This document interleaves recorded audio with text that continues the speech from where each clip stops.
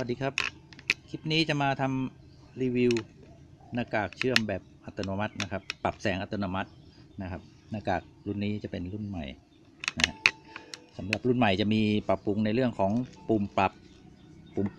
ความไวแสงนะครับมันจะมีปุ่มทั้งหมด3ปุ่มอยู่ด้านนอกปุ่มหนึ่งด้านในหน้ากาก2ปุ่มนะฮะ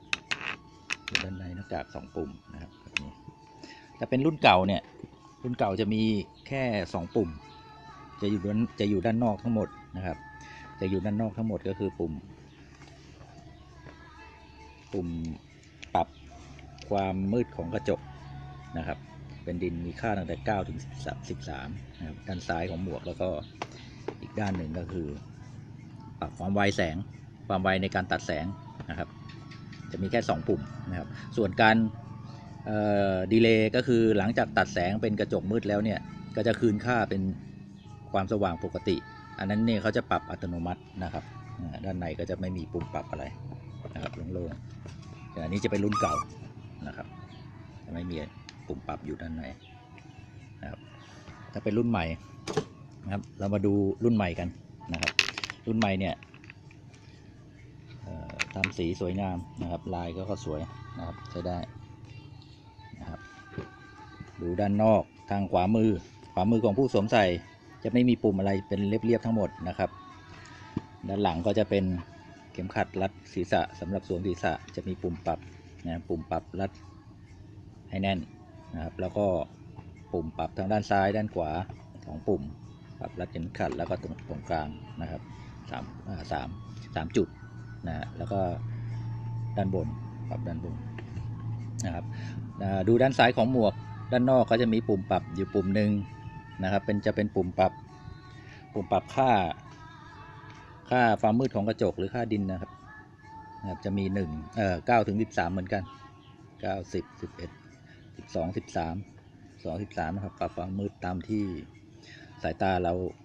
จะปรับได้นะครับก็คือความมืดบางคนสายตาแต่ละคนไม่เท่ากันก็ปรับความมืดเอาแล้วแต่เลือกนะครับด้านหน้าของหมวกด้านหน้าตรงหน้ากากตรงช่องมองนะครับจะมีอยู่2ช่องตรงด้านนอกนี้จะเป็น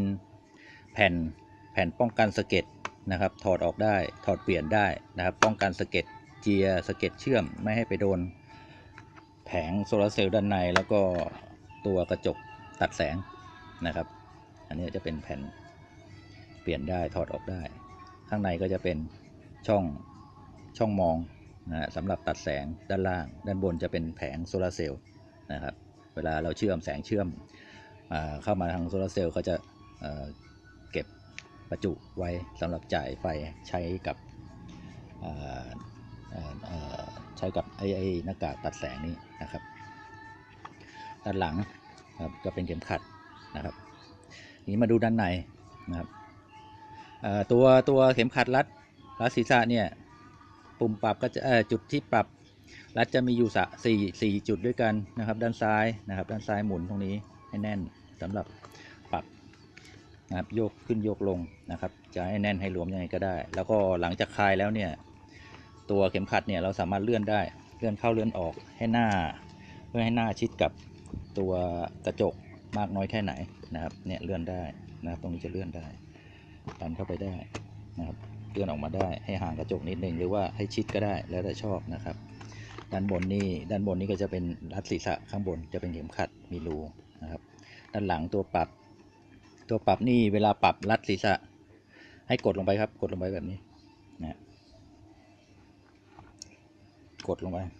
แล้วก็หมุนทางขวาก็จะเลื่อนรัดเข้าไปเลื่อนแน่นเข้าไปนะครับถ้าหมุนคลายออกมาก็จะคลายออกมานะครับก็ปรับตามชอบนะครับทีนี้เราไปดูด้านในของหมวกนะเดี๋ยวผมขอถอดเข็มขัดออกก่อนจะได้ดูด้านในได้สะดวก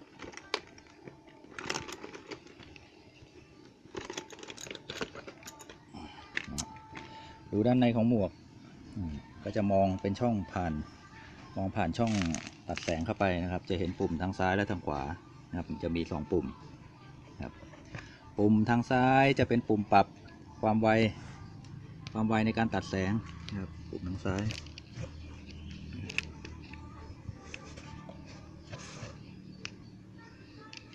เดี๋ยวผมพยายามปรับให้มันชัดๆนะครับ จะเป็นปุ่มปรับความไวแสง sensitivity นะครับจะมี low กับ high นะครับแล้วจะปรับเอาถ้าปรับที่ low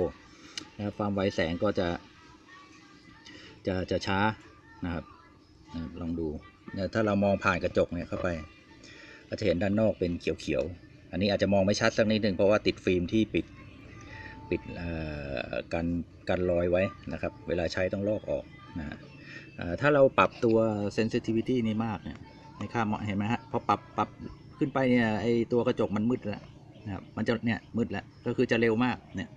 พอปรับให้ตัวปรับความไวของการตัดแสงให้ขึ้นไปที่ไฮเนี่ยมันจะ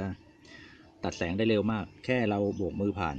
เนี่ยโบกมือผ่านสะบัดมือผ่านนะหน้ากากนิดเดียวมันมืดแล้วนะครับอย่างนี้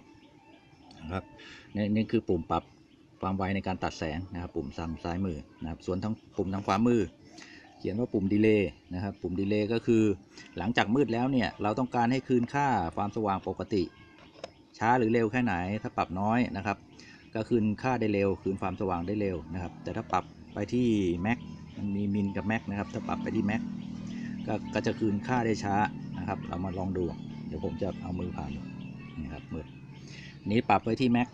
นะครับจะเห็นว่าการคืนค่าจะค่อนข้างช้านะครับจะหน่วงเวลาไว้นิดหนึ่งนะครับแต่ถ้าเราปรับมาที่มินนะครับการคืนค่าจะเร็วมากปุ๊บเดียวนะครับแป๊บเดียวเนี่ยแป๊บเดียวนะครับแป๊บเดียวเองนะครับการคืนค่าเร็วค่าดีเลย์เนี่ยการปรับค่าดีเลย์เนี่ยใช้สำหรับส่วนใหญ่จะใช้สำหรับการเชื่อมอาร์กอนหรือเชื่อมสเตนเลสนะครับเพราะว่าการเชื่อมอาร์กอนหรือเชื่อมสเตนเลสเนี่ยจะมีการเชื่อมเป็นจุดๆก็คือการแท็กเชื่อมเป็นกดสวิตช์เชื่อมเนี่ยทีหรือเชื่อมเป็นจุดต่อเนื่องกันไปเรื่อยๆนะครับถ้าเราปรับค่าดีเลย์เนี่ยถ้าเราปรับให้มันเปลี่ยนมันคืนสภาพแสงสว่างเร็วๆเนี่ยมันก็จะปรับมืดสว่างสลับกันไปอย่างเงี้ยเร็วๆสายตาเราจะรับไม่ไหวแล้วก็จะปวดหัวนะครับเพราะฉะนั้นถ้าเราเชื่อมอาร์กอนหรือเชื่อมสเตนเลสและด้วยการเชื่อมทีเนี่ยจะต้องปรับค่าดีเลย์ไปมากๆนะครับเพื่อให้เวลากระจกตัดแสงแล้วมืดแล้วเนี่ยเขาจะหน่วงอ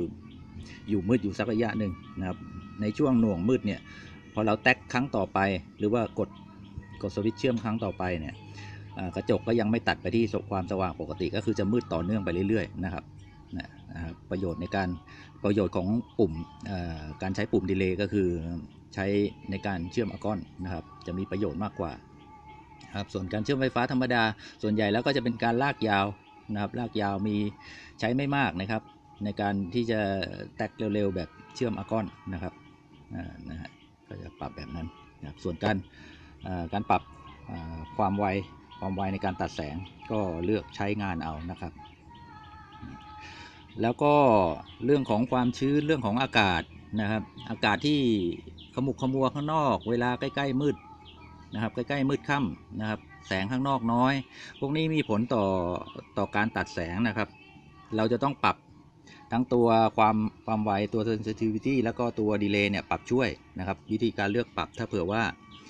ข้างนอกมันมืดหรือว่าใกล้ฝนตกนะครับหรือว่าใกล้ค่ำก็คือสภาพแสงข้างนอกเนี่ยไม่สว่างพอไม่สว่างมากพอนะครับกระจกตัดแสงจะทำงานไม่เหมือนกับแสงสว่างปกติทั่วๆไปเหมือนกลางวันตอนกลางวันที่แดดออกแดดสว่างนะครับเพราะฉะนั้นเราจะต้องปรับไอ้ตัวความไวในการตัดนะครับลดลงนะครับแล้วก็ตัวดีเลย์นี่ให้น้อยๆนะครับมันจะช่วยได้นะครับต้องลองใช้ดูพวกนี้แล้วก็ลองปรับดูนะครับเดี๋ยวเราจะมาดูการเชื่อมนะครับเชื่อมว่ากระจกตัดแสงตัดแสงเชื่อมเนี่ยเวลาเชื่อมแล้วแสงที่เรามองเห็นในหน้ากากจะเป็นแบบไหนนะครับ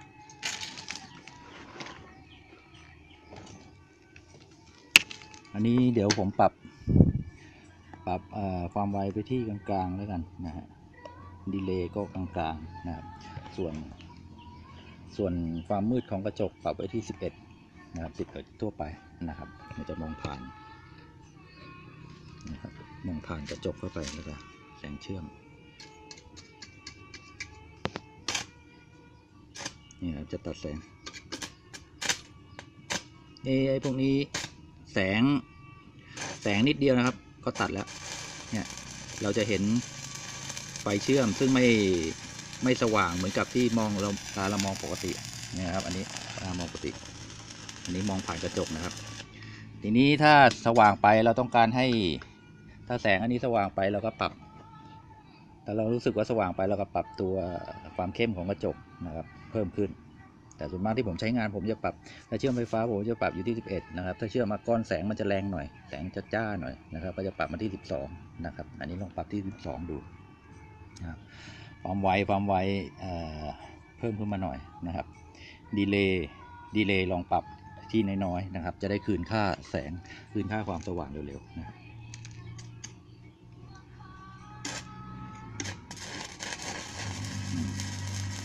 นี่ก็จะมืดลง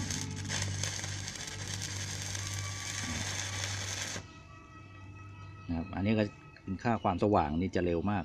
นะครับแต่ถ้าเราปรับดีเลย์ไปมากๆเป็นมิลเวลาหยุดเชื่อมก็จะทิ้งระยะสักพักหนึ่งสักระยะหนึ่งครับ